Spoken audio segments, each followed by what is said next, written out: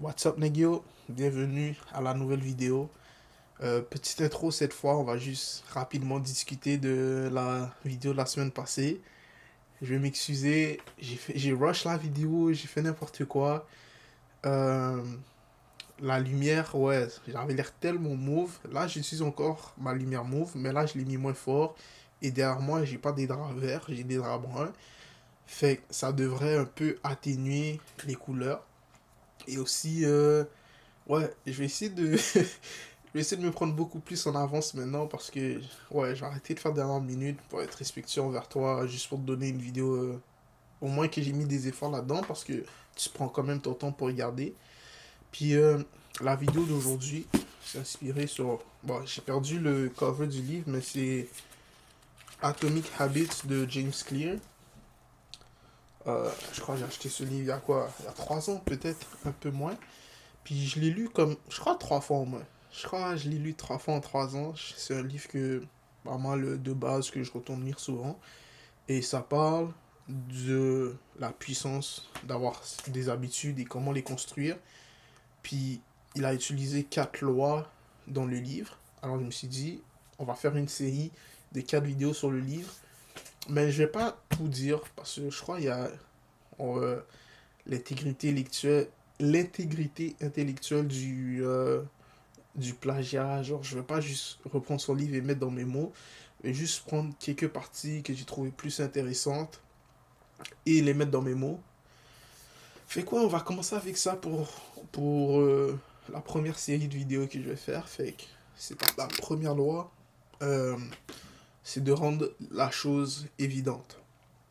Ça veut dire que si tu veux construire une nouvelle habitude, il faut que ce soit évident pour toi de prendre action. Et juste pour cette vidéo, on va prendre l'exemple de lire un livre à tous les jours ou faire de la lecture à tous les jours. Si tu veux t'assurer de mettre les chances de ton bord, de prendre le temps dans ta journée pour lire un livre, il faut que le livre soit visible et que ce soit évident pour toi que tu dois lire ce livre. Alors, un exemple facile, c'est si tu as une table de chevet ou juste un bureau à côté de ton lit, c'est que tu prends le livre et tu le déposes au milieu. Comme ça, à chaque fois que tu vas rentrer dans ta chambre, tu vas voir le livre et tu vas pouvoir y penser. Et l'astuce qu'on vient mettre avec cette loi, c'est de pointer et de dire à haute voix. Alors quand tu rentres dans ta chambre, tu regardes le livre, tu le pointes et tu dis à haute voix, je vois ce livre au milieu de mon bureau ou de ma table de chevet, je vais le lire avant d'aller dormir. Et pourquoi on fait ça? C'est que, en fait, quand une habitude est nouvelle, elle reste dans le cerveau conscient et quand elle devient intégrée dans notre routine, ça passe dans le subconscient. L'exemple que je vais prendre, c'est de se brosser les dents le matin. Quand on était petit, nos parents nous répétaient toujours: oh, c'est le matin, tu t'es réveillé, va brosser tes dents. Va brosser tes dents, va brosser tes dents. Et au fur que le temps a passé, ben, le matin, personne nous dit d'aller brosser nos dents. Pourtant, ben, je l'espère, tout le monde va brosser ses dents le matin. Pourquoi? Parce que cette phrase qui se faisait dire à haute voix dans notre conscient, c'est tellement intégré dans notre cerveau qu'il s'allie dans le subconscient. Alors on veut faire la même chose avec des nouvelles habitudes. Au début, on va le dire à haute voix, et plus que le temps va passer, plus que ça va s'intégrer, ça va aller dans notre cerveau et ça va aller dans le subconscient. Et juste pour que au début ce soit plus smooth, ce soit plus naturel et organique pour toi de faire ça, il faut aussi que tu crées un système. Ça, c'est la deuxième astuce pour rendre ça évident. Créer un système.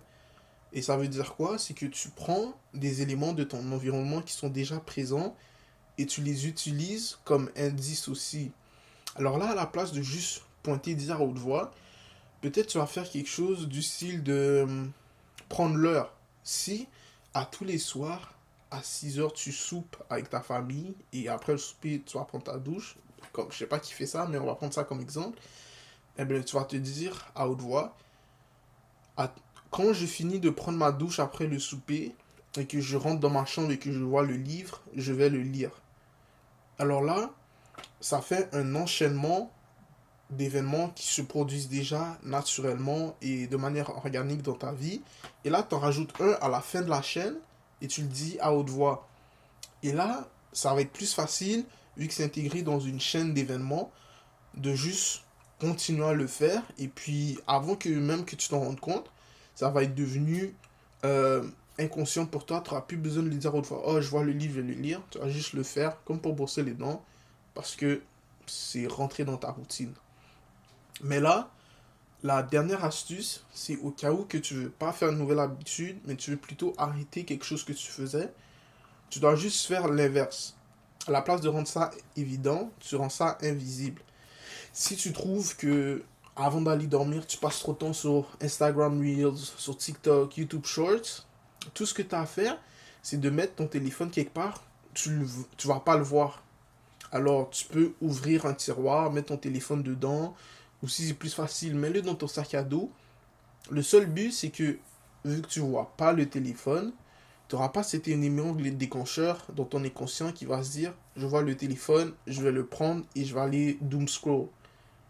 Et juste en faisant ça, ça va donner moins de friction sur toi. Qu'est-ce que je veux dire par là? C'est que si tu veux arrêter de faire quelque chose, mais que tout ton entourage, je parle pas des gens, mais plus des événements t'encouragent à le faire, comme scroll sur le téléphone, quand tu vas arrêter, ça va comme frotter. La volonté d'arrêter, l'environnement qui fait que tu vas aller sur ton téléphone, ça frotte, ça frotte, ça frotte. À un moment, ça casse. Et tu vas retourner à scroll. Alors, qu'est-ce que tu veux faire pour alléger cette friction? C'est de cacher le téléphone, comme ça tu le vois pas. Tu changes ton environnement, tu mets des livres, ou tu trouves quelque chose qui est rapide à faire, mais qui c'est pas un écran. Peut-être tu veux juste colorier un peu. Alors, vraiment, garde ça simple. Et pour commencer une nouvelle habitude, tu rends ça évident. Pour arrêter une mauvaise habitude, tu rends ça invisible.